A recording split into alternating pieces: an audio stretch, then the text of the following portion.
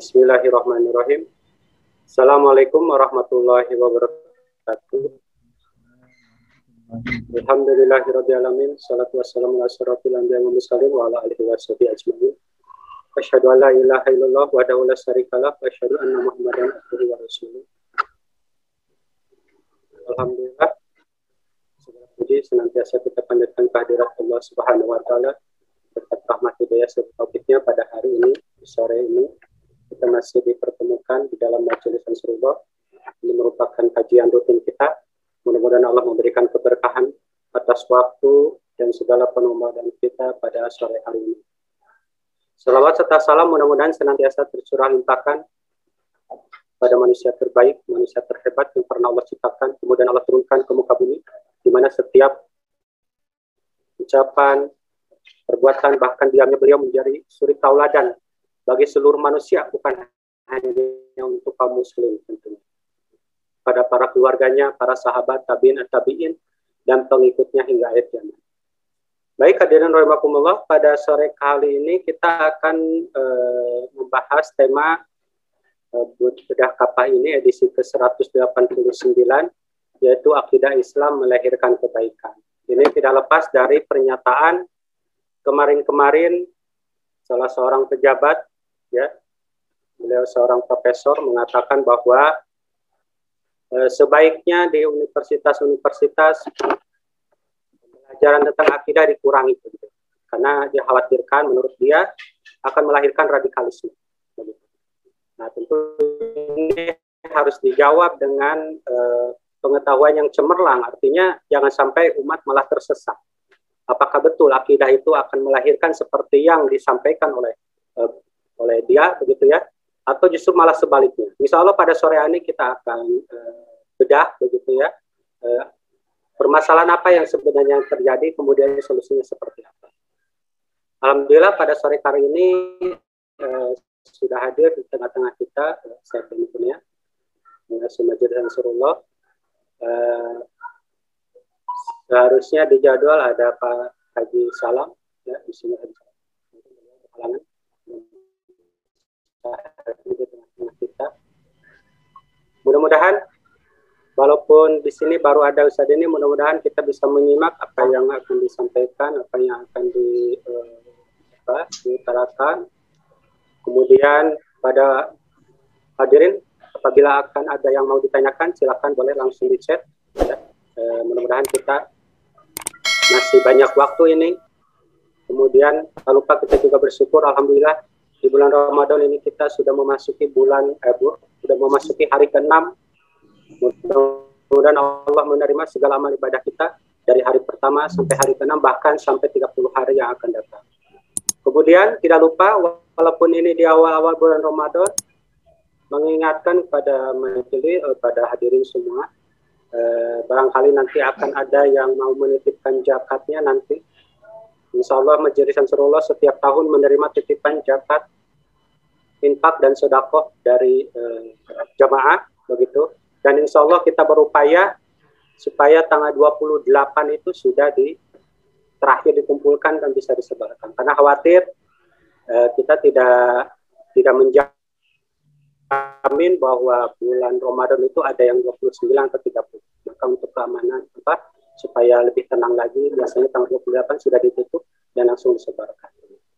Insya Allah ya. Jadi seperti tahun kemarin, ternyata alhamdulillah bisa kita perkirakan satu Syawal itu sama, ternyata berbeda begitu ya.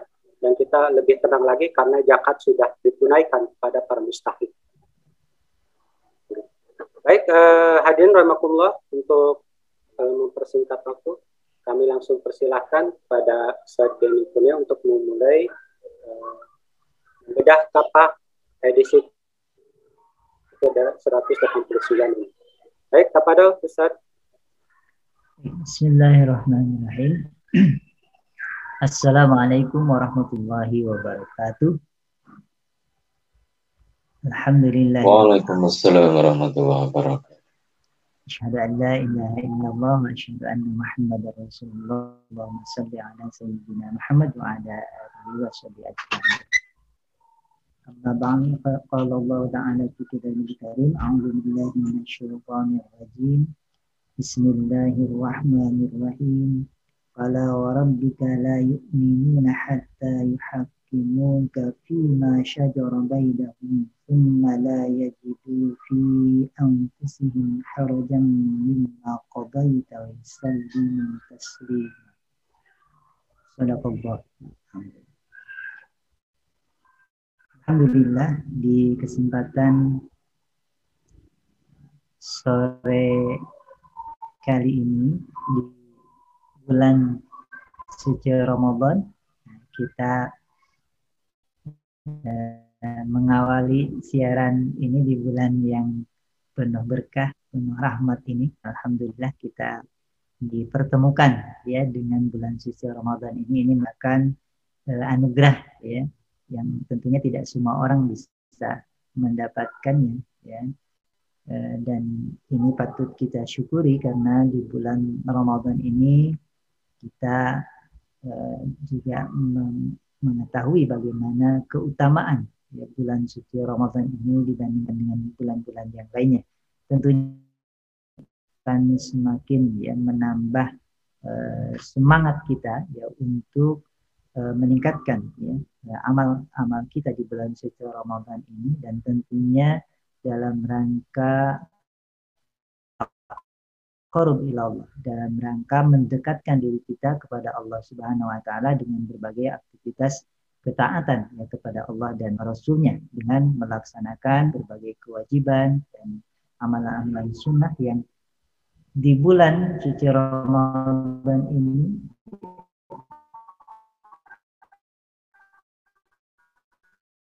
amalan sunnah ini ketika kita melaksanakan amalan wajib ya Allah lipat gandakan sampai 7 kali lipat ya. Apa pahala yang Allah berikan bagi orang-orang yang melaksanakan ya ibadah di bulan suci Ramadan, bagi kaum muslim, kaum mukmin ya, tidak hanya saumnya, salatnya dan yang lainnya, itu Allah lipat gandakan. Dan sebagaimana juga kita ketahui bahwa saum ini adalah ibadah yang spesial diperuntukkan untuk Allah Subhanahu wa taala. Sehingga nampaknya kita harus lebih berhati-hati lagi karena semata ini adalah ibadah yang kemudian kita tentukan ya untuk Allah Subhanahu wa taala sebagai Rabb semesta alam ini dan yang menciptakan kita semua. Hadirin rahimakumullah, di edisi kali ini ya berdasarkan edisi 189 sekarang berarti sudah 6 Ramadan ya 1442 Hijriah. Tema yang akan kita angkat sebagai yang disampaikan Ustaz Yadi, yakni Islam melahirkan kebaikan ya. Nah, hadirin rahimakumullah, jadi mengapa kita membahas hal ini ya, isu apa atau kemudian hal yang kemudian perlu kita tanggapi ya adalah apa yang tadi disampaikan bahwa ada ya, seorang yang kemudian tokoh ya atau kemudian ditokohkan tokoh ormas ya tertentu yang kemudian meminta ya dosen agama di fakultas umum tingkat universitas untuk tidak terlalu banyak mengajarkan akidah dan syariah dengan alasan itu dapat meningkatkan resiko peningkatan radikalisme. Nah, mengapa ini kita perlu tanggapi? Karena ini muncul dari dari tokoh boleh dikatakan tokoh muslim, ya, artinya internal. Maka ya kita membahas tentang internal kita, gitu ya, artinya begitu. Jadi introspeksi. Ya. siapapun beliau ya kita melihat apa yang kemudian dia sampaikan. Ya, jadi tidak melihat siapa orangnya, tapi apa yang disampaikan. Dan kita akan coba membahas dan kemudian memberikan tanggapan atas apa yang disampaikan. Ya. Nah, kemudian tokoh ini juga melanjutkan, bila kajian akidah diperbanyak nanti isinya surga neraka, ya, kemudian Islam, kafir, lurus, benar, sesat, ya. Kemudian terus-terusan bicara itu akan membuat orang menjadi radikal. Nah, dan sarannya itu lebih baik bila dosen membicarakan kejayaan Islam pada masa silam.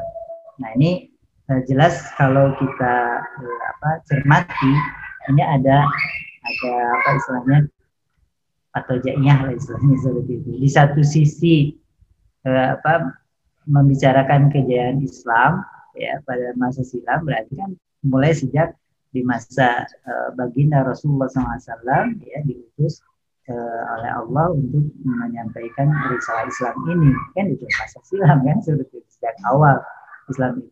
Tapi di sisi lain gitu, apa yang dibawa oleh baginda Nabi SAW berupa akidah dan syariah itu kemudian jangan banyak disampaikan. Jadi ada nanti patojaknya kalau bahasa Sunda namanya, jadi ada hal yang tidak match ya, matching gitu.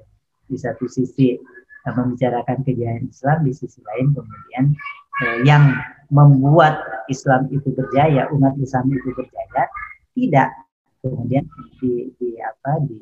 tidak terlalu diajarkan atau banyak diajarkan seperti itu. Nah, ini hal yang tentunya perlu kita kritisi. Nah, hadirin rahimakumullah, sebagaimana kita ketahui bahwa permasalahan akidah itu tidak hanya apa yang kemudian tadi disampaikan gitu. Yang paling pokok itu adalah bahwa di dalam akidah itu kita mengenal siapa Al-Khaliq, siapa yang menciptakan kita, siapa yang menciptakan alam semesta ini. Kita diperkenalkan dengan Al-Khaliq, kita diperkenalkan dengan Allah Subhanahu wa Ta'ala. Kalau akidah ini tidak banyak disampaikan, bagaimana mungkin ya anak-anak kita itu bisa mengenal Allah? Padahal hal itu terdapat di dalam permasalahan akidah. Ini hal yang sangat krusial kalau misalnya hal ini dikatakan sebagai hal yang tidak boleh banyak disampaikan. Padahal ini adalah pokok ya di dalam kita memahami ya Islam secara benar. Nah, maka kalau bicara dengan hal itu, maka kita bisa mencermati bahwa inginnya begitu kan gitu. Inginnya bahwa umat Islam itu tidak mengenal Allah gitu maksudnya gitu, atau bagaimana gitu. Sehingga akidah dan syariah itu kemudian tidak bisa banyak disampaikan kan, seperti itu. Ya mungkin alasannya ini ini disampaikan misalnya di tataran universitas, mahasiswa-mahasiswi dan misalnya seperti itu, yang kemudian itu bahasanya akidah dan syariah mungkin ini ya Allah misalnya sudah banyak dibahas di tingkat-tingkat dasar dan menengah. Tapi pertanyaan besarnya itu apakah kita berakidah dan bersyariah itu cukup sampai di dalam Islamologi? Artinya ketika akidah itu disampaikan, syariah itu disampaikan, selesai gitu ya, sampai tamat gitu kajian kita selesai, kan tidak. Karena akidah ini adalah hal yang terus harus menancap kuat di dalam diri kita ya. Sebagai barometer, sebagai hal yang kemudian mendorong kita untuk melakukan sesuatu, melakukan amal sebaik didasarkan kepada hubungan, ya, adanya hubungan antara kita dengan Allah, sehingga ini tidak bisa bagaimana pengajaran agama yang lain gitu, yang mungkin itu ada jenjangnya, kemudian setelah itu selesai gitu kan, mungkin sifatnya teoritis belakangnya kemudian nanti membahas tentang seputar hal-hal yang sifatnya umum, ya, misalnya tentang sikap, ya, tentang mungkin hal-hal yang mungkin kalau di kita pembahasannya mungkin pembahasan adab, kalau di sana mungkin pembahasannya hal-hal yang sifatnya egaliter, ya, kemudian istilahnya kesamaan, kesetaraan dan sebagainya, gitu ya, pembahasan humanisme, ya, seperti itu. Nah, kalau pendekatannya seperti itu, maka ya tentunya Islam tidak bisa seperti itu, ya, karena Islam sejak awal ketika seorang itu menganut kemudian beriman, ya, terhadap Islam, maka itu mesti terbawa sampai kemudian dia rakyatnya seperti itu, ya, karena kita juga ini bahwa kita, ya, janganlah kemudian kita itu mati tidak dalam keadaan Islam, ya, seperti itu, atau tidak dalam keadaan kita beriman. Nah, berarti penanaman kemudian pemahaman tentang akidah ini terus gitu, jadi tidak ada jenjang waktunya gitu, terus saja gitu. Karena ini adalah hal yang terus akan dibawa, ya, sebagai sebagai hal yang tentunya ini merupakan konsekuensi, ya, konsekuensi kita, ya, berislam kita, sehingga ketaatan kita kepada Allah dan Rasulnya yang itu merupakan pokok di dalam masalah akidah, sehingga nanti turunannya itu adalah terkait dengan syariah, itu adalah hal yang yang harus kita pahami dengan baik dan terus menerus kita kuatkan, ya, pemahaman. Nah, hadirin rahimakumullah, maka di sini juga disampaikan bahwa apa yang dimaksud dengan iman itu, ya, malaikat Jibril, ya, ketika berdialog dengan Rasulullah Sallallahu Alaihi Wasallam, ya, terkait dengan hal ini, maka disampaikan, beritahulah aku tentang iman. Kemudian Nabi menjawab, iman adalah engkau mengimani Allah, para malaikatnya, kitab-kitabnya, para rasulnya, hari akhir, serta takdir Allah yang baik dan yang buruk. Jibril berkata, engkau. Nah, ini masalah asli. Kalau ini kajian ini tidak diperbanyak, ya, seperti itu, ya, bagaimana kita bisa mengimani Allah dengan baik, kemudian mengimani para malaikatnya, kitab-kitabnya, para rasul, hari akhir, gitu kan? Karena beberapa waktu yang lalu juga ada tokoh yang kemudian tidak meyakini tentang hari akhir. Ini kan hal yang absurd, ya, gitu. Sementara dia masih mengaku sebagai seorang muslim, gitu kan, seperti itu. Kemudian takdir Allah yang baik. Jadi pembahasan tentang akidah ini tidak hanya berkaitan dengan surga dan neraka, tidak berkaitan dengan muslim dan kafir saja, tidak hanya membahas tentang baik dan buruk saja, tapi yang lebih pokok ini adalah bagaimana di dalam akidah ini kita dikenalkan dengan siapa yang menciptakan kita, siapa yang berhak kita sembah, siapa yang berhak kemudian kita kita teladani Rasulullah Sallallahu Alaihi Wasallam. Ya, nah, siapa yang berhak kita sembah? Allah Subhanahu Wa Taala. Jadi perkara-perkara akidah ini adalah perkara-perkara yang pokok ya, yang harus kita pelajari dan tidak hanya sebatas pelajaran belaka, tapi juga nanti berbuah kepada amal ya, yang sesuai dengan akidah yang kita nah, jadi seperti itu. Nah, di sisi lain juga kita memahami bahwa risalah Islam itu ya yang pokoknya akidah dan syariah gitu ya, seperti itu. Kalau dua hal ini kemudian dipandang ya dapat meningkatkan risiko peningkatan radikalisme, ini dari sisi mana ya, pandangan itu muncul gitu, ya. Padahal Islam datang itu adalah illa rahmatan lil alamin, ya. Adalah untuk rahmat bagi seluruh alam, bukan untuk menyakiti umat seluruh alam atau kemudian manusia, bukan untuk menzalimi, bukan untuk kemudian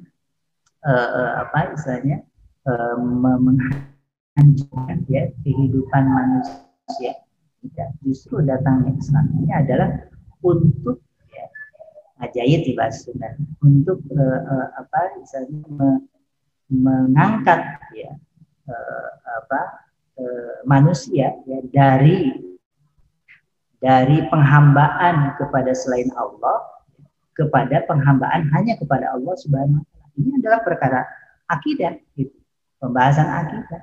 Jadi kalau ini pembahasan akidah ini dipandang sebagai hal yang meningkatkan risiko peningkatan radikalisme yang ya, patut dipertanyakan.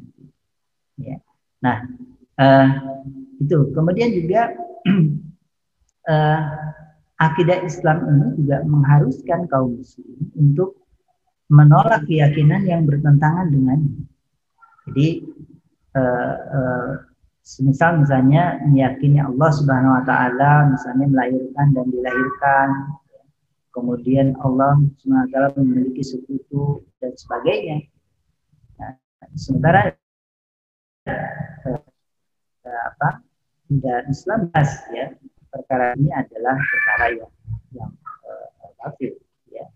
Nah, disampaikan dalam Quran surat Al-Maidah ayat 72 misalnya. Yang artinya sungguh telah kafirlah orang-orang yang berkata sungguh Allah itu ialah Al-Masih putra Maryam. Padahal Al-Masih berkata, wahai Bani Israel, sembahlah Allah Tuhanku dan Tuhan kalian. Ya. Jadi hal yang tidak mungkin keimanan terhadap keesaan Allah itu dikompromikan dengan paham trinitas atau politeisme, keyakinan bahwa Tuhan itu banyak. Ya. Nah, ini kan pembahasan akidah yang harus disampaikan. Ya.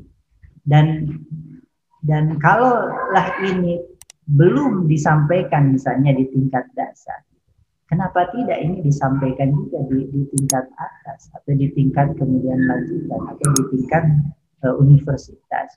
Kenapa harus dibatasi universitas itu misalnya membahasnya hanya sebatas misalnya tentang misalnya membicarakan kejayaan Islam pada masa silam dalam tanda petik ini terkait dengan pembahasan sejarah saja gitu, istilahnya masa lalu gitu, istilahnya seperti itu ya, masa lalu yang nggak usah istilahnya ya itu masa lalu aja. Nah, kan nggak begitu gitu. Karena masa lalu Islam dengan masa sekarang itu masih terus ada keterkaitan, tidak ada keterputusan di sana.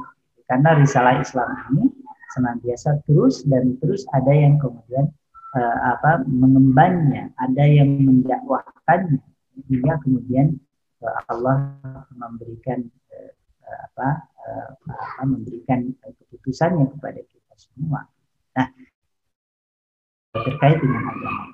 Nah, maka di dalam hal ini Al-Qadi ia menjelaskan, oleh karena itu kita mengkafirkan semua orang yang beragama selain agama kaum muslim. Nah, ini kan kalau misalnya ada orang yang tidak mengkafirkan semua orang yang beragama selain agama kaum muslim, ini kan patut dipertanyakan keimanan. Kemudian atau orang yang sejalan dengan mereka, kemudian dipandang, ya, orang yang sejalan dengan mereka itu kita tidak pandang sebagai orang yang mengingkari, yang ingkar, atau ragu-ragu dengan agamanya saja ragu-ragu, kemudian dicap sebagai kaum radikalisme, sehingga dia ragu terhadap akidahnya, ya, atau membenarkan agama mereka. Jadi semua agama sama gitu. Nah, itu sudah. Nah, kalau hal ini, ya, muncul pada diri seorang muslim, ya, dia berani untuk tidak mengkafirkan semua orang yang beragama selain agama kaum muslim, dia berani untuk sejalan dengan mereka, dia berani untuk ragu-ragu dengan agamanya, agama Islam, atau dia berani membenarkan agama selain agama Islam, maka patut dipertanyakan keimanannya. Nah, hadirin rahimakumullah, jadi apa sebenarnya yang menjadi alasan, ya, bahwa cap Islam itu identik dengan radikalisme? Apa buktinya, kan? Karena setiap ucapan itu harus mesti dibuktikan. Apakah ada bukti yang nyata bahwa kehadiran Islam itu, ya, itu adalah untuk menghancurkan kehidupan kaum ya, kekuasaan, ya, kekuatan kafir Quraisy ketika itu. Apa yang dilakukan oleh baginda Rasulullah SAW dengan para sahabat ketika itu? Apakah kemudian menghancurkan orang-orang kafir Quraisy ketika itu, melumatnya habis itu? Padahal itu bisa dilakukan, ternyata tidak. Mereka dimaafkan, ya. Kemudian tidak ada pertumpahan darah di sana kecuali beberapa segelintir orang saja yang memang itu sangat-sangat kemudian penentangannya terhadap Islam. Bukti mana lagi yang kemudian bisa kita ungkap bahwa Islam itu identik dengan radikalisme, sehingga tidak usah diperbanyak, ya, membahas tentang akidah dan syariat. Hadirin rahimahullah. Jadi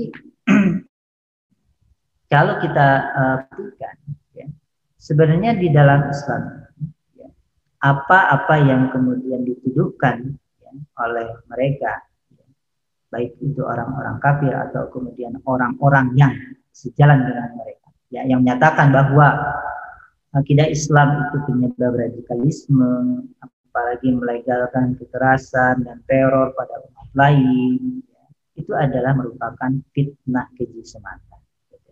Demikian pula seruan agar membatasi pengkajian akidah Islam ini tentunya perlu kita waspadai sebagai upaya pendangkalan dan pengaburan terhadap akidah Islam. Kalau misalnya pembahasan akidah ini tidak tuntas, bagaimana kita bisa membahas tentang syariah? Ya. Kalau pembahasan syariah juga tidak tuntas, bagaimana kita membangun peradaban, kejayaan, gitu ya, yang kemudian silakan dibahas kejayaan Islam di masa silam, gitu ya. Padahal pokok dari kejayaan Islam itu adalah akidah dan syariah itu yang diemban oleh umat Islam, gitu. Kalau tidak itu, ya tidak akan ada kejayaan Islam di masa silam. Maka tentunya kita bisa melihat, ya, apa sebenarnya yang diinginkan. Ya. Kalau dahulu saja kejayaan Islam itu bisa, ya, terwujud hanya karena umat Islam ketika itu mengemban akidah dan syariat Islam, ya, dengan menyeluruh, secara menyeluruh. Nah, maka ya, pertanyaannya sekarang adalah bagaimana umat Islam itu bisa bangkit pada saat ini, ya, kemudian menjadikan umat Islam ini berjaya memimpin dunia, kalau akidah dan syariahnya tidak diemban. Padahal itu adalah pokok yang kemudian bisa mewujudkan kejayaan Islam itu kembali bersinar, kembali kemudian hadir di tengah-tengah kehidupan manusia, menggantikan peradaban yang rusak, yang busuk, yang penuh dengan tipu daya, penuh dengan kesombongan, ya, penuh dengan kekejian, ya, yang semakin lama semakin ditampakkan, ya, di tengah-tengah kehidupan manusia pada saat itu. Nah, hadirin rahimakumullah, jadi sebenarnya keimanan itu justru akan membentuk ketaatan kepada Allah Subhanahu wa Ta'ala. Iman juga akan membuat seorang mukmin menjaga diri dari perbuatan zalim, karena takut akan azab neraka. Jadi pembahasan zalim itu orang yang sezalim-zalimnya manusia, gitu. Orang yang paling zalim, gitu kan. Yang pertama itu adalah orang yang tidak mau menyembah Al-Khaliq. Orang yang tidak mau menyembah Allah Subhanahu wa Ta'ala. Orang yang menyekutukan Allah Subhanahu wa Ta'ala. Siapa lagi kalau selain mereka ini, orang-orang yang kemudian tidak beriman kepada Allah dan Rasul. Yang kedua adalah siapa saja orang yang tidak mau berhukum dengan hukum-hukum Allah. Nah, kedua golongan ini adalah orang-orang yang sezalim-zalimnya manusia. Orang yang zalim itu yang menciptakannya, yang menciptakan alam semesta. Yang kedua, yang tidak mau berhukum dengan aturan-aturan syariat Islam, syariat Allah. Nah, maka di sini dijelaskan bahwa dari keimanan yang kuat inilah maka akan muncul apa yang kemudian penampakan yang bisa kita perhatikan, sebagaimana yang Nabi Shallallahu Alaihi Wasallam contohkan, di mana Nabi Shallallahu Alaihi Wasallam memiliki akhlak yang mulia, dan ini pun bisa kita contoh, ya, dengan buah yang dari iman itu adalah kita memiliki akhlak yang, ya. Nah, akhlak yang mulia ini berarti, ya, hal yang patut kita perhatikan. Dengan akhlak yang mulia ini, maka di dalam Islam sifat penyayang, ya, kemudian itu akan mendatangkan kasih sayang, rahmat Allah Subhanahu wa Ta'ala. Bagaimana di dalam Abu Dawud disampaikan, sayangilah makhluk yang di bumi, niscaya yang di langit akan menyayangi kalian. Jadi datangnya Islam, datangnya risalah Islam, datangnya akidah Islam, datangnya syariat Islam, datangnya agama Islam ini ke muka bumi ini adalah dalam rangka untuk apa? Untuk rahmatan lil alamin, ya, untuk menjadi rahmat bagi seluruh alam, ya. Yang sebelumnya, ya, manusia itu dipandang, ya, sebelah mata, misalnya, ya, terkait dengan keberadaan perempuan di masa jahiliyah, ya, kemudian terkait dengan perbudakan di Eropa dan lain sebagainya, yang tidak memperhatikan kemanusiaan, ya, menjadikan atau menganggap manusia itu memanusiakan manusia, ya. Karena dengan peradaban yang ada ketika itu sebelum Islam datang, kita perhatikan bagaimana peradaban yang rusak itu menghancurkan tatanan kehidupan manusia secara keseluruhan. Maka ketika datang Islam, justru Islam datang dengan membawa rahmat, ya. Kaum perempuan itu kemudian justru dimuliakan dalam Islam. ya.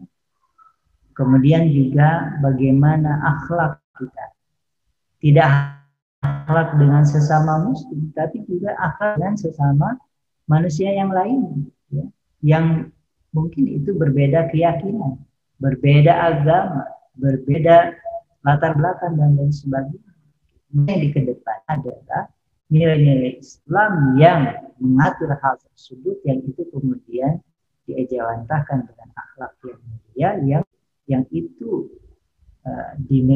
harus dimiliki oleh setiap. Nah, maka sikap berkasih sayang ini, kemudian sikap pemaaf ini yang juga kemudian ditampakkan oleh baginda Nabi Sallallahu Alaihi Wasallam ketika putus Mekah. Kemudian juga terkait dengan jihad. Ya. Jihad ini adalah bagian dari syariat Islam.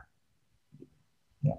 Jadi tadi kalau akidah dan syariah itu tidak, atau kemudian akidah dan syariah itu tidak terlalu mengajarkan, tidak terlalu banyak diajarkan, atau kemudian hal itu bisa meningkatkan risiko peningkatan radikalisme mungkin, ya. Salah satu di dalamnya karena memang dalam syariah itu misalnya ada pembahasan tentang jihad fisabilillah. Padahal jihad fisabilillah ya, itu adalah merupakan ujung tombak. Ya, dua ujung tombak itu dakwah dan jihad fisabilillah. Jadi jihad fisabilillah itu dalam rangka untuk membuka, untuk kemudian membebaskan manusia dari penghambaan kepada selain Allah, menjadi penghambaan kepada Allah saja. Jadi kalau ada yang menghalangi hal tersebut, maka kemudian jihad ini dilakukan. Tapi kalau misalnya dakwah itu berterima, ya, kemudian masyarakatnya tidak ada penentangan, ya tidak juga kemudian harus diperangi, gitu. Ya, jadi itu ya ada tata aturannya, tidak sebagaimana yang terjadi pada saat ini di dalam peradaban saat ini, ya, di mana ada sebagian kelompok, ya, manusia itu dengan semena-mena, ya, mereka mudah, ya, menghancurkan, ya, tatanan kehidupan manusia, tidak hanya fisiknya, ya, tapi juga nyawanya, ya, jutaan manusia itu kemudian hilang nyawanya dengan tanpa alasan yang benar. Tengoklah misalnya apa yang terjadi misalnya ketika terjadinya serangan terhadap terhadap Irak, Afghanistan, ya, kemudian yang terbaru misalnya terhadap Suriah, yang dilakukan oleh mereka yang begitu pongah dengan ideologinya yang notabene adalah yang rusak, gitu. Itu justru yang terjadi adalah kezaliman yang terhadap kehidupan manusia ini, khususnya terhadap kaum muslim. Ini Pak, tidak bisa kita pungkiri bahwa justru pada saat ini umat Islam yang kemudian menjadi korban radikalisme, ya, orang-orang mereka, orang-orang yang kemudian membenci Islam, ya, seperti itu. Makanya aneh kalau misalnya radikalisme ini justru malah dinisbatkan kepada umat Islam yang menjadi korban justru, ya, dengan peradaban Rusia saat. Jadi dalam jihad ini, dalam Islam ini adalah dalam rangka untuk menyebarkan risalah Islam, tidak lain, ya. Sehingga di dalam hal ini juga ada aturan, ya. Ada hal yang kemudian harus ditaati oleh setiap kaum muslim. Nah, kemudian juga terkait dengan apa yang terjadi ketika misalnya umat yang lainnya, ya, itu mengalami kezaliman dari umat yang lainnya juga, misalnya. Apa yang dilakukan oleh umat Islam? Apakah kemudian mengikuti kezaliman umat yang lain terhadap umat yang lain, atau bagaimana? faktanya kan tidak demikian. Ya, sekalipun contoh misalnya kaum Yahudi yang kemudian terjadinya penindasan di Spanyol misalnya seperti itu. Apa yang dilakukan oleh umat Islam ketika itu? Ya. Apakah kemudian gemes ya, sarwana dan sebagainya? Tidak demikian. Ya, tengoklah bagaimana kemuliaan ya, akhlak kaum muslimin ketika itu ya, dengan menolong bangsa Yahudi ketika itu yang kemudian mendapati istilahnya penganiayaan dari orang-orang Nasrani. Banyak lagi fakta-fakta yang membuktikan bahwa Islam itu datang itu semata-mata adalah rahmatan kita. Baik, nampaknya cukup sampai di sini dulu untuk pembuka ya pembahasan kita pada edisi Gabah kali ini. Ya, barangkali nanti ada yang bisa memberikan pengayaan ya, terkait dengan materi ini, kemudian tentunya mungkin ada yang perlu didiskusikan. Maka tafadhal. Allahu a'lam.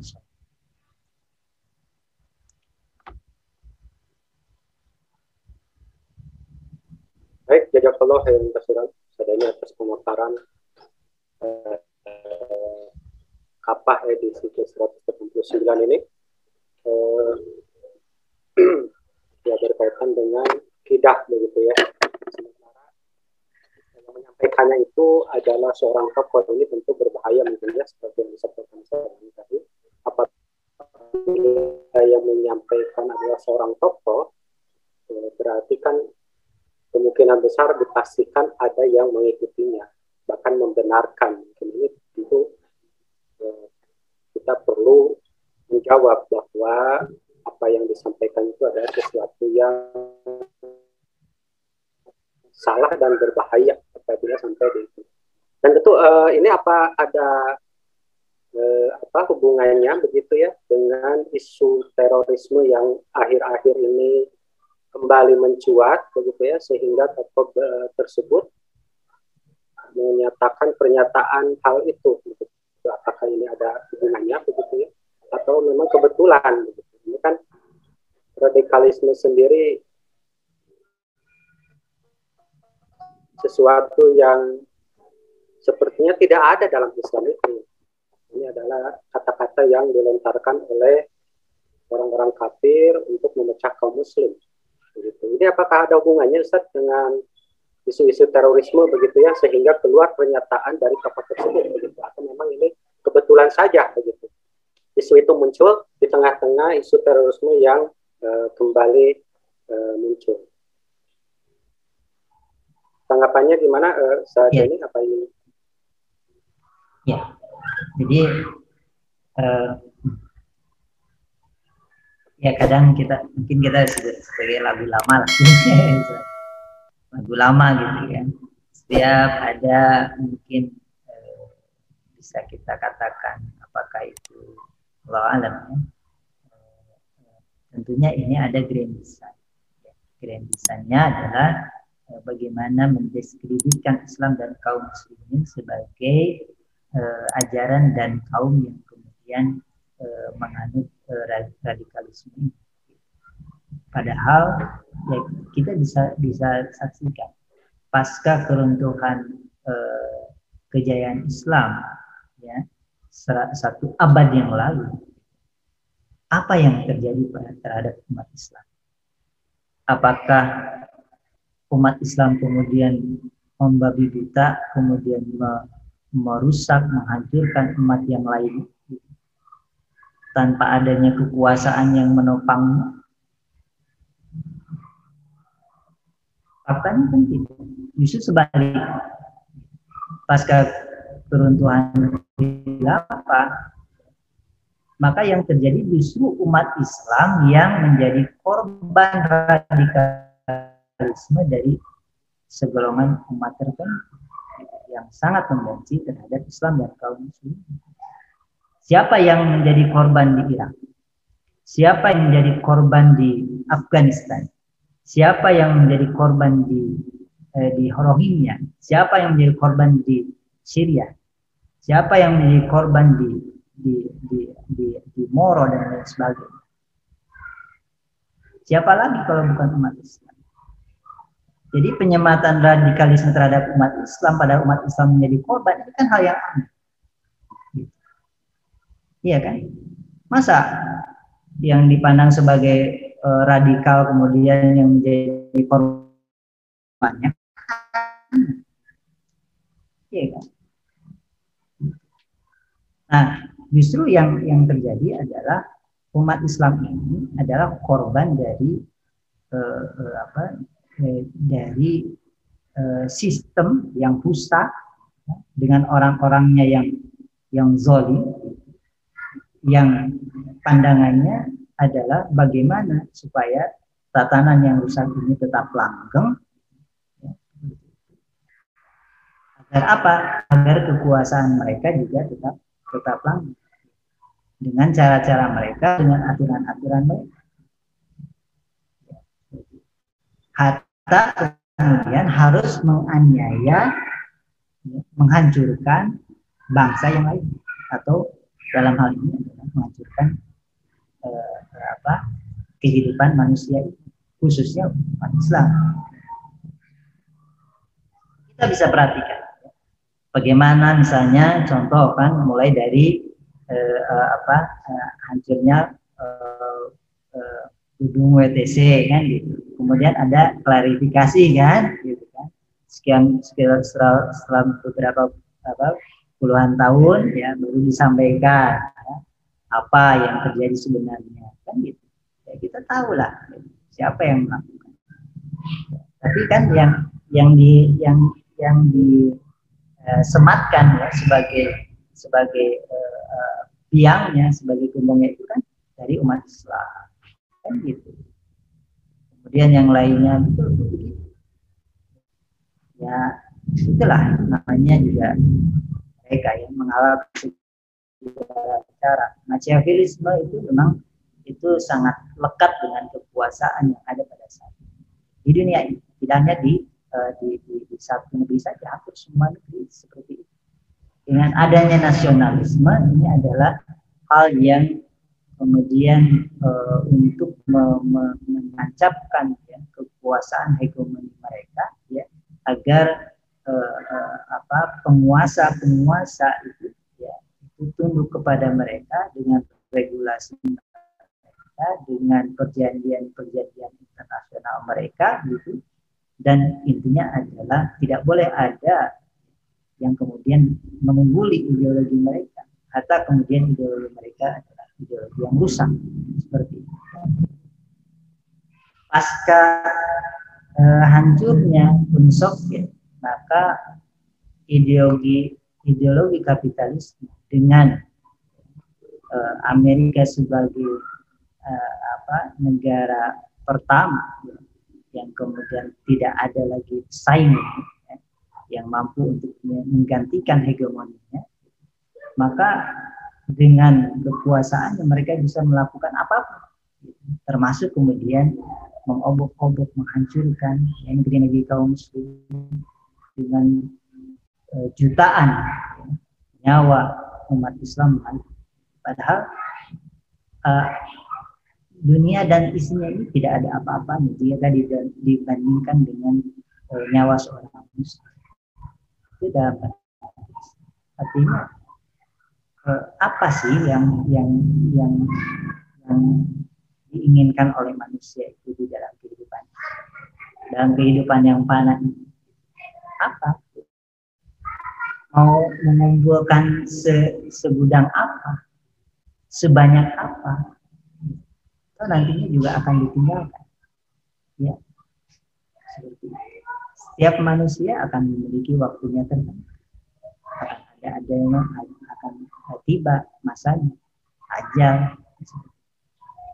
Kekuasaan-kekuasaan yang mereka berupaya untuk melindunginya, berupaya untuk terus memiliki waktu yang begitu lama. Ya, selama-lamanya ya mereka punya batas waktu. Mereka tidak mampu untuk membayar waktu. Karena Sesungguhnya bukanlah mereka yang memiliki kekuasaan atas kehidupan manusia ini, tapi semata mereka adalah makhluk yang kemudian ada yang menguasai, yaitu Allah Subhanahu. Nah, ini yang kemudian kita paham, sehingga umat Islam itu tidak seperti mereka, bangsa-bangsa yang barbar, bangsa-bangsa yang begitu haus akan darah, bangsa-bangsa yang kemudian membenci rahmat bagi seluruh alam. Maka perjuangan risalah Islam ini tidak boleh berhenti. Melihat kezaliman-kezaliman yang ada pada saat ini nampak di hadapan mata kita, maka justru ini semakin memberikan semangat kita, ya, melecut semangat kita untuk segera Islam ini segera kembali diterapkan. Karena tanpa adanya hal tersebut, tanpa adanya ideologi yang kemudian mengimbangi, bahkan mampu untuk menghancurkan ideologi yang ada, menggantikan ideologi yang ada, maka kenestapaan, kehancuran, kerusakan kehidupan umat Islam ini akan terus begitu, akan terus terjadi. Karena tidak ada jaminan dari ideologi kapitalisme yang ada pada saat ini, jaminan terhadap keamanan, jaminan terhadap nyawa manusia, jaminan terhadap harta manusia dan sebagainya. Yang itu ada di dalam penerapan syariat Islam. Jaminan-jaminan tersebut. Allahu a'lam. Baik, memang pernyataan dari tadi ini tadi di garis bawahi bahwa umat Islam itu kan menjadi korban begitu ya Ustaz. Tetapi aneh ya, korban tapi jadi tersangka. Ini lucu sekali. Memang itu fakta yang sekarang betul-betul terlihat terindra oleh kaum muslim. Mudah-mudahan kaum muslim sekarang sudah mulai membuka matanya sehingga apapun isu yang sedang bergulir tidak lantas mentah-mentah untuk ditelan begitu ya. Baik, di sini Ustaz sudah ada pertanyaan ini. Bismillah, izin bertanya. Seperti halnya yang disampaikan oleh Rasulullah bahwa di akhir zaman itu umat Islam laksana memegang bara. Umat Islam yang memegang teguh ajarannya itu laksana memegang bara. Lantas apa yang harus dilakukan begitu agar kita tetap terjaga dan waspada terhadap apapun kondisi yang menggerus akidah dan pemahaman Islam kita. Mungkin ada tips-tips atau memang petunjuk apa yang harus kita lakukan begitu menghadapi kondisi seperti ini. Baik, kepada Ustaz. Ya. Jawabannya ada ya. Sudah terjelas ya bahwa ketika hal ini terjadi maka kita harus berpegang teguh pada tali agama Allah, itu kunci. Jadi apa yang menimpa umat Islam pada saat ini, ya, maka kita harus menyikapinya dengan kita semakin berpegang teguh kepada tali agama Allah. Semakin kita memahami akidah Islam ini, semakin kita memahami syariat Islam ini, sehingga muncul dorongan ya dalam diri kita untuk memperjuangkan.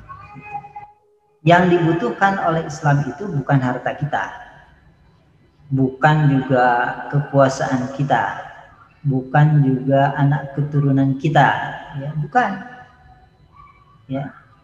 Yang kemudian diharapkan itu adalah perjuangan kita. Ya. Perjuangan kita ya memperjuangkan syariat Islam ini. Ya. In tansurullaha yansurkum wa yusabbit aqdamakum. Perjuangan yang menolong agama Allah ini. Karena tanpa adanya upaya untuk ya memperjuangkan hal ini, maka ya itu tadi ya, kondisi yang terjadi pada umat Islam saat ini semakin menggerus ya, apa yang menjadi pemahaman ya, dasar ya, bagi umat Islam ya, di mana akidah dan syariah ini adalah mutlak yang harus ditanamkan ya, sejak dini sampai kemudian akhir hayat ya, dan itu menjadi hal yang harus dipegang teguh, hatta harus kemudian istilahnya harus digigit dengan geraham seperti itu ya, saking harus dipegang kuat gitu, seperti itu. Nah, di saat yang tadi itu kan bagikan memegang bara api.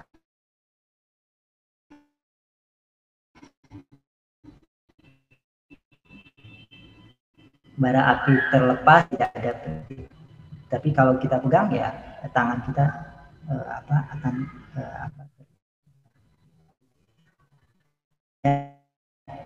itu yang terjadi pada saat ini. Ya, umat Islam yang berpegang teguh dengan akidahnya gitu kan, itu menjadi bulan-bulanan Islam dan kaum muslim. Bagaimana yang terjadi di misalnya di Rohingya, kemudian di mana lagi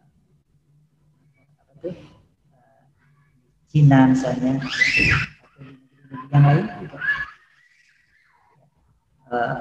Hanya karena berpegang teguh terhadap akidah Islam ya, mereka kemudian dianiaya. Tidak ada alasan mereka kemudian menganiaya kaum muslim kecuali akidah yang mereka pegang erat ya, pegang erat. Keistiqomahan inilah yang kemudian bisa melahirkan ya, kekuatan pada diri kita untuk bisa mengarungi ya, berbagai kondisi yang menghimpit kehidupan kaum muslimin pada saat ini. Tapi kita harus yakin akan janji Allah Subhanahu wa taala terhadap kaum muslimin, bahwa Allah telah menjanjikan ya, kebahagiaan kehidupan bagi kaum muslimin, tidak hanya di dunia tapi nanti di akhirat. Yang itu tidak akan dimiliki oleh siapa saja yang tidak beriman kepada Allah, yang tidak pernah kemudian berpegang teguh kepada akidah dan syariat Islam. Orang-orang kafir tidak akan mendapatkan kebahagiaan. Bagaimana kita kaum muslim pada saat ini ya, di bulan Ramadan ini kita sahur gitu ya, kita mendapatkan dua kebahagiaan ketika kita berbuka, kemudian ketika kita bertemu dengan Allah Subhanahu wa taala dengan membawa akidah Islam, dengan membawa keimanan ini. Dan itu tidak akan pernah dimiliki oleh orang-orang kafir, sekalipun mereka pada saat ini begitu pongahnya mencurkan Islam dan Allah. Baik, alhamdulillah. Untuk pertanyaan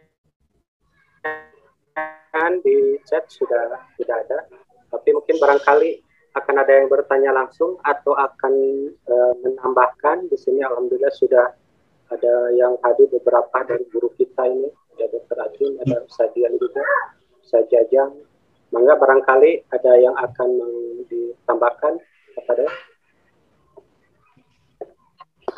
Ya, tentu permasalahan akidah ini kalau tidak tuntas tadi yang disampaikan oleh Ustaz Deni, itu akan berbahaya, apalagi di tingkat kampus begitu ya, di mana di kampus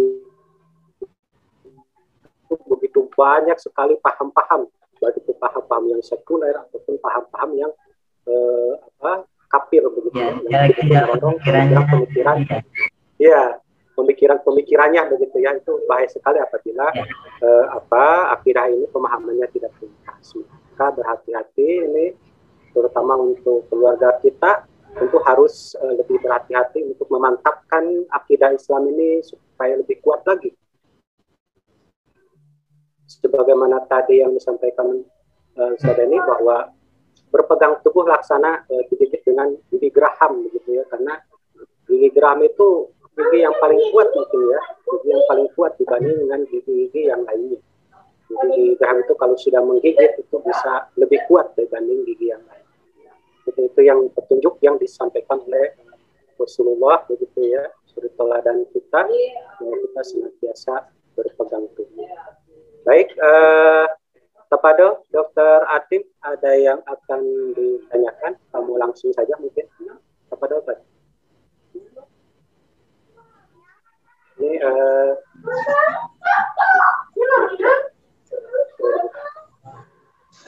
Assalamualaikum warahmatullahi wabarakatuh.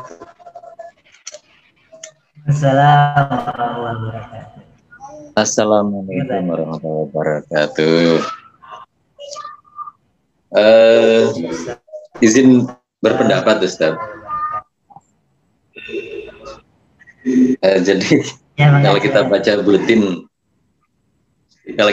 buletin, memang agak, menurut saya sih agak aneh gitu ya, kalau ada pernyataan dari seorang yang itu adalah ulama, kok menganjurkan supaya tidak banyak membahas akidah.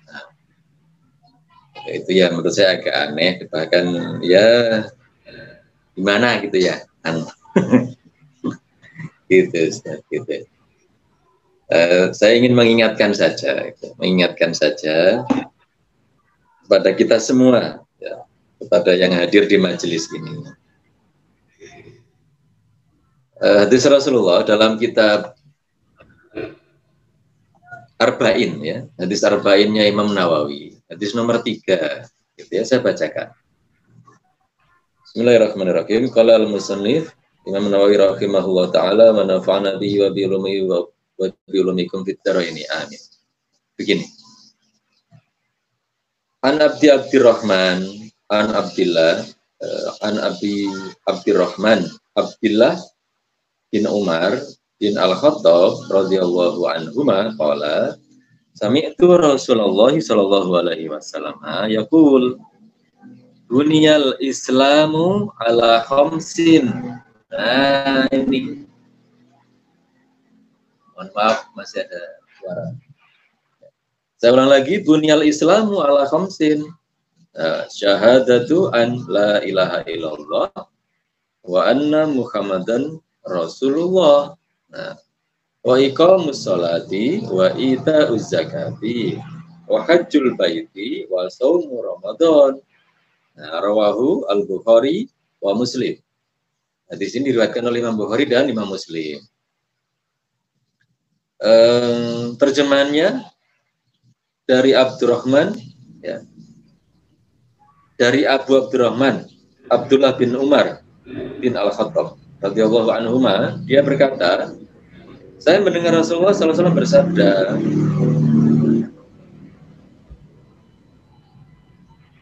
Islam itu dibangun, ya ini dibangun. Saya bacakan ulang, bunyal Islam. Islam itu dibangun ala khamsin, atas 5 hal atau 5 perkara. Saya jelaskan sedikit. Penjelasan lafadz bunia. Bunia itu adalah sebuah fi'il madhi, mabni, majhul. Ya, fi'il madhi, mabni dan majhul. Ya. Yang asal katanya itu dari bana ya beni binaan, yang berarti pondasi. Artinya itu pondasi. Ya. Ala khamsin, ya. Ya. Atas 5 perkara atau 5 hal. Yang pertama tadi itu adalah syahadat. Nah, itu sudah sangat jelas. Ini masalah akidah dan gitu ya. Saya tidak terlalu banyak membahas. Langsung aja saya menyampaikan maksud saya adalah gini. Ya, mana mungkin orang itu membangun sesuatu bangunan kalau tanpa pondasi, kan begitu. Nah, bangunan Islam tadi itu kan 5, ya kan? Nah, 5 kan tadi bunyinya bunyal Islamu ala khamsin. Ya. Bangunan yang namanya Islam itu dibangun dari 5 perkara. Nah, itu syahadat, kemudian iqamatus shalah, iqamus shalah, kemudian bayar zakat, kemudian haji ke Baitullah sana, dan puasa Ramadan. Ini bangunan Islam. Itu. Apapun berarti di atasnya ini nanti bangunan itu. Nah, mari kita lihat ya. Mari kita lihat satu-satu. Atau dua-dua juga nggak apa-apa. Ini. Kalau orang itu sudah punya syahadat, ya, asyhadu an la ilaha illallah wa asyhadu anna Muhammadar Rasulullah, maka yang lain itu mengikut di belakangnya. Dia mau sholat karena sudah syahadat. Dia boleh sholat karena dia sudah syahadat. Dia bayar zakat sesudah syahadat juga. Dia pergi haji sesudah syahadat juga. Dia puasa Ramadan sesudah syahadat juga.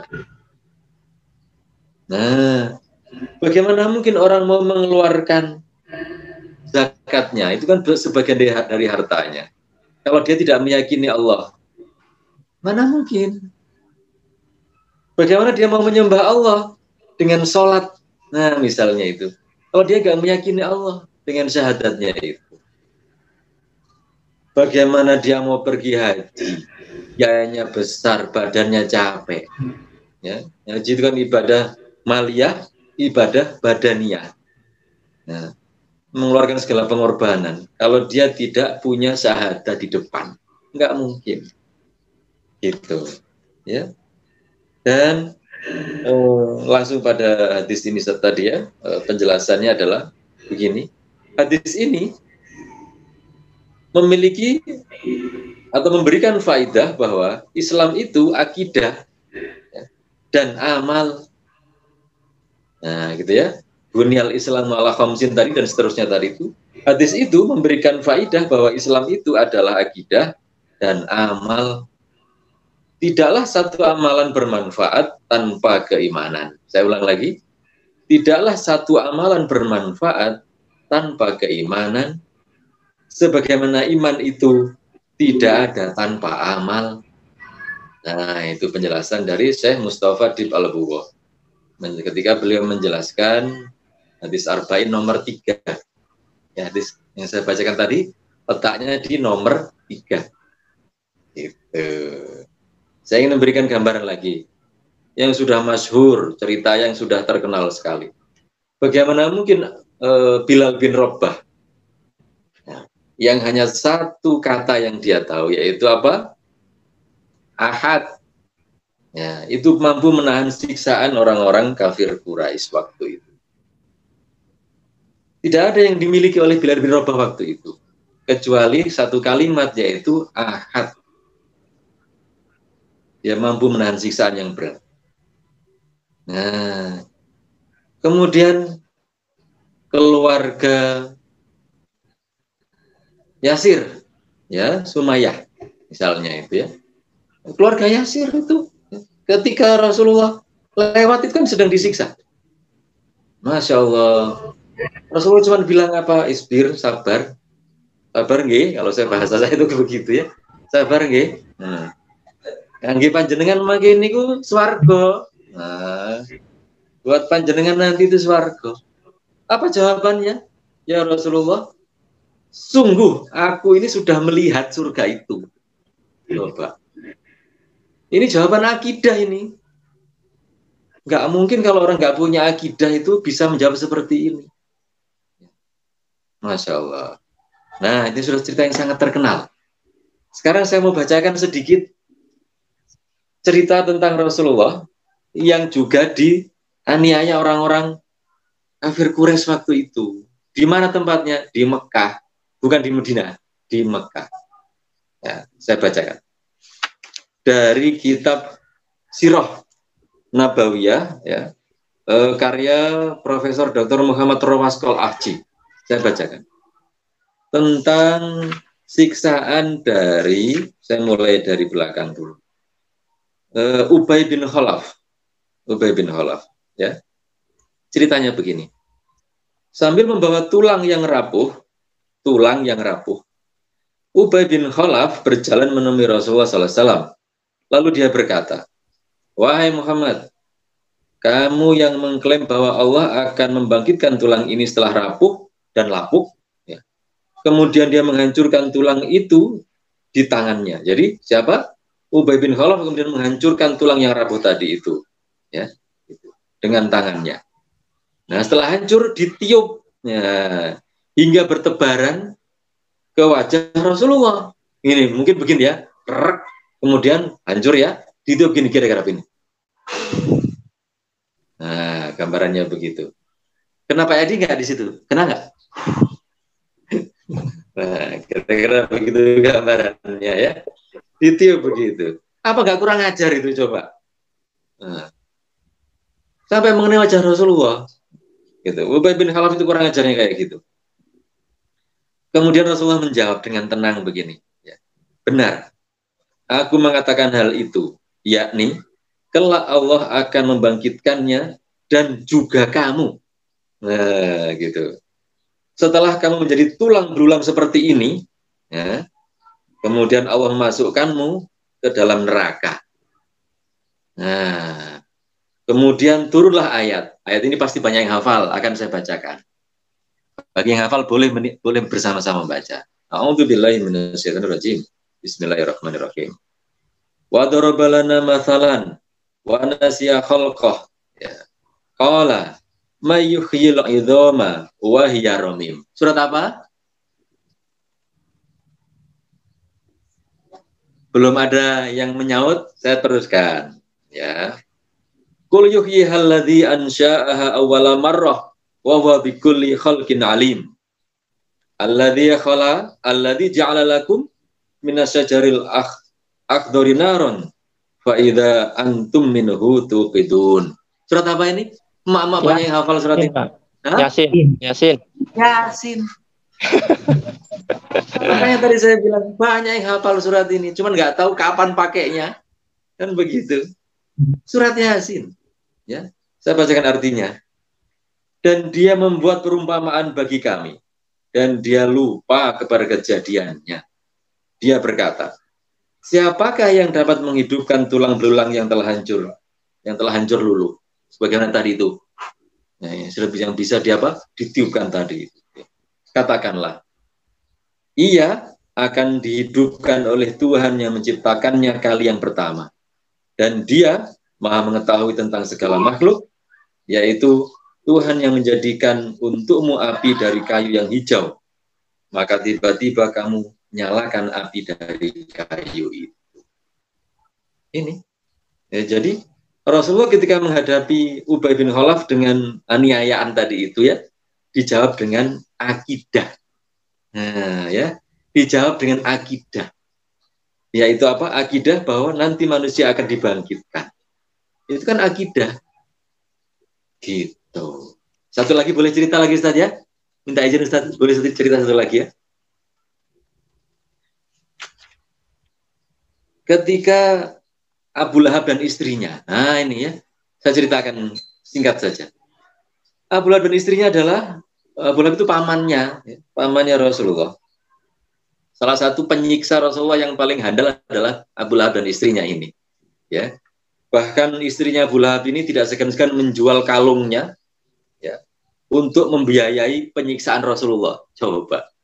Nah, sehingga suatu saat turunlah surat apa? Al-Lahab. Ingat ya, surat Al-Lahab ini turun ketika Abu Lahab dan istrinya masih hidup. Nah, jangan dikira sudah mati, masih hidup. Ya, ya sudah tahu semua. A'udzubillahi minasyaitonir rajim. Bismillahirrahmanirrahim. Tabbat yada Abi Lahab wa tab. Ma agana anhu maluhu wa makasab. Saya selana rondatan lahab wa imra'atuhu wa hammalatal hatab fi jidha kabalum mim masal. Binasalah kedua tangan Abu Lahab, dan sungguhnya dia akan binasa. Tidaklah berguna kepadanya harta bendanya dan apa yang ia usahakan. Kelak dia akan masuk dalam api yang bergejolak. Dan begitu pula istrinya, pembawa kayu bakar, yang di lehernya ada tali dari sabut. Ini ayat-ayat akidah. Ya. Saya ceritakan lagi sedikit bahwa suatu saat setelah ayat ini turun, istrinya Abu Lahab ini mencari Rasulullah, ya. Kemudian datang ke Ka'bah. Waktu itu Rasulullah sedang duduk bersama Abu Bakar As-Siddiq radhiyallahu anhu. Ya, kemudian begitu datang siapa istrinya Abu Lahab ini, ya. Ada yang tahu nggak siapa istrinya Abu Lahab? Pak Yadi tahu? Kalau mau jawab sembarang aja boleh kok. Istri Abu Lahab ya nyonya Abu Lahab gitu ya. Gitu ya. Saya sebutkan sedikit lah. Istrinya Abu Lahab itu Ummu Jamil ya. Ummu Jamil. Ummu itu ibu, Jamil cantik, kelihatannya dari namanya, tapi kelakuannya enggak. Gitu ya. Ummu Jamil binti Harb bin Umayyah. Itulah istrinya Abu Lahab itu. Ya, gitu. Kemudian Ummu Jamil ini begitu nyampe di dekat Rasulullah dan Abu Bakar, kemudian seketika itu ya Allah memberikan hijab atas pandangan Ummu Jamil ini, ya, sehingga Rasulullah tidak terlihat dalam pandangannya Ummu Jamil ini. Nah kemudian Ummu Jamil bertanya pada Abu Bakar, mana temanmu itu? Gitu ya. Mana temanmu itu, wahai Abu Bakar? Gitu. Telah sampai kepadaku bahwa temanmu itu telah mengejekku dengan syairnya. Demi Allah, kalau aku menemukannya, pasti aku pukul mulutnya dengan batu ini. Nah, jadi Ummu Jamil itu sudah menyiapkan batu di tangannya untuk mukul mulut Rasulullah. Gara-gara turun ayat dalam surat Al-Lahab itu. Dan Allah melindungi Rasulullah. Itu ya. Itulah sedikit cerita buat menguatkan kita apa? Menguatkan kita betapa pentingnya akidah ini sebagai fondasi untuk menguatkan kita semua. Ya. Seperti itu. Kita sholat tarawih capek kan? Malas karena kenyang misalnya, karena kelelahan. Apa yang bisa mendorong kita lebih kuat? Ya keimanan kita. Bahwa kita nanti akan mendapatkan pahala yang besar dengan sholat tarawih. Itu masalah keimanan, itu masalah akidah. Gak ada yang lain kan? Seperti itu. Nah, saking pentingnya akidah ini bahkan seorang syekh dari Al-Azhar yaitu Syekh Mahmud Saltut. Ingat saya itu beliau adalah guru besar atau malah rektor Al-Azhar beliau. Pernah menulis kitab yang berjudul Al-Islam Aqidatun wa Syari'atun. Islam itu akidah dan syariah. Enggak dibalik loh ya. Bukan al-Islam syariatun wa aqidatun, enggak. Tapi al-Islam aqidatun wa syariatun. Nah, gitu akidah dulu. Pentingnya akidah itu di situ. Sampun, nonton mawon nggih. Matur suwun ngapunten. Agak panjang komentar saya. Nah. Jazakallah atas pemaparannya begitu sangat luar biasa, menjadi penguat kita semua di dalam menghadapi kondisi-kondisi sekarang di mana banyak sekali hal-hal yang menyudutkan Islam begitu ya. Sebelum ditutup, ini sudah mau habis waktunya. Mungkin ada yang akan ditambahkan dulu dari Ustaz Dede.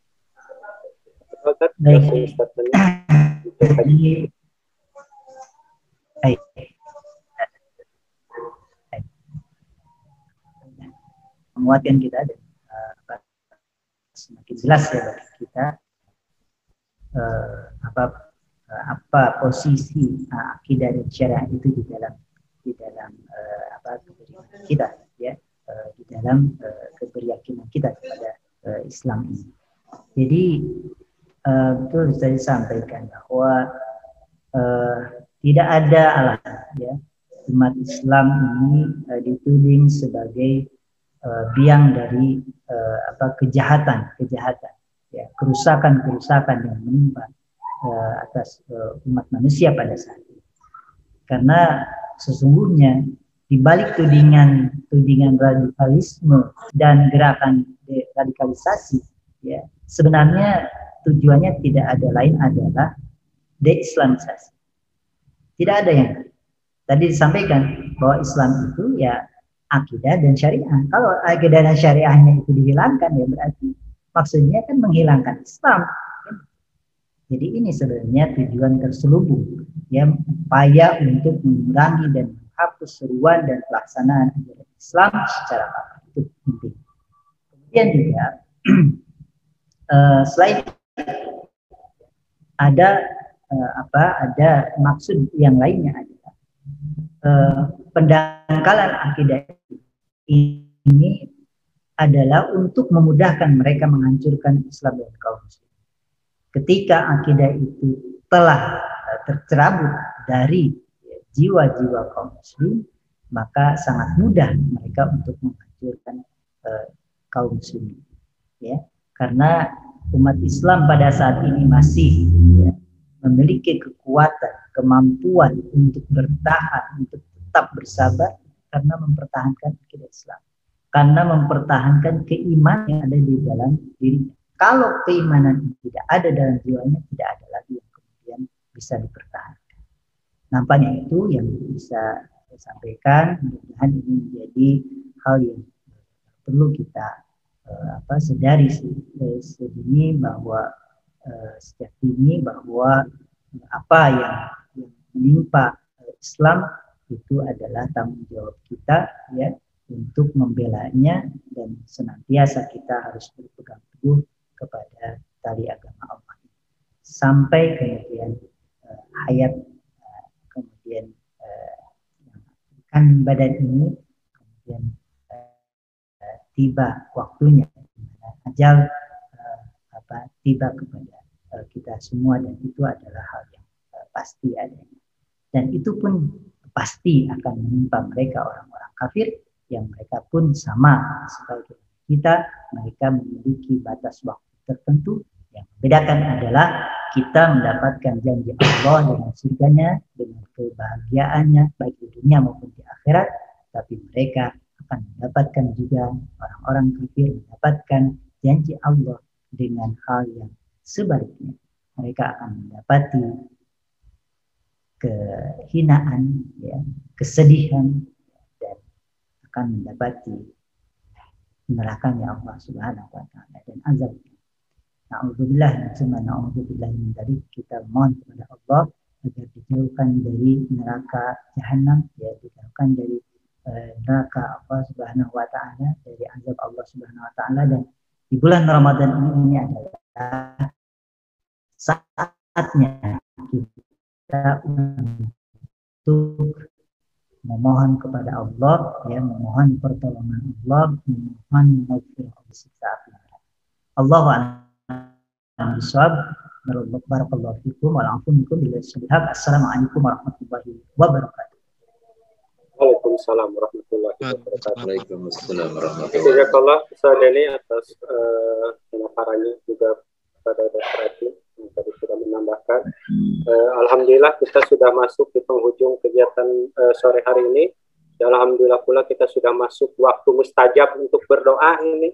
Ya, mudah-mudahan kita berdoa semua bahwa Ramadan ini adalah Ramadan terakhir tanpa khilafah. Amin.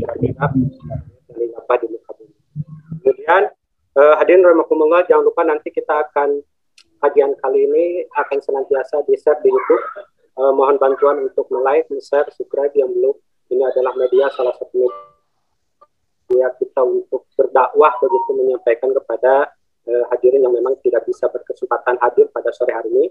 Kemudian jangan lupa juga di setiap hari Senin kita ada kajian rutin, yaitu tentang bab waris. Silakan itu informasinya di-share untuk waktu Senin itu pada asar, ya, kalau tidak salah. Kemudian di hari Kamisnya ada kajian tafsir. Insya Allah kajian-kajian ini akan senantiasa di-share di grup WA. Silakan untuk disebarluaskan, sehingga ini media ini sebagai salah satu media dakwah kita untuk menyebarkan kebaikan kepada umat. Ya. Dan tak lupa apabila nanti ada yang mau ditanyakan bab waris ini, ya, masih banyak kita mau. Silakan untuk dipersiapkan, dan kajiannya itu akan berlangsung setiap hari Senin, misalnya setiap di bulan Ramadan ini. Baik, mungkin kegiatan kita tutup sampai di sini. Terima kasih atas segala perhatiannya. Mohon maaf atas segala kehilafan dan kesalahan. Mudah-mudahan Allah senantiasa memberkahi kegiatan kita. Kita tutup dengan hamdalah. Alhamdulillahirabbil alamin, dan doa kepada majelis. Subhanakallahumma wa bihamdika wa asyhadu an la ilaha illa anta astaghfiruka wa atubu ilaik. Bila taufiq wa hidayah. Assalamualaikum warahmatullahi wabarakatuh. Jazakumullah khairan katsir. Waalaikumsalam warahmatullahi wabarakatuh. Hatur nuhun, hapunten Ustaz. Barakallahu.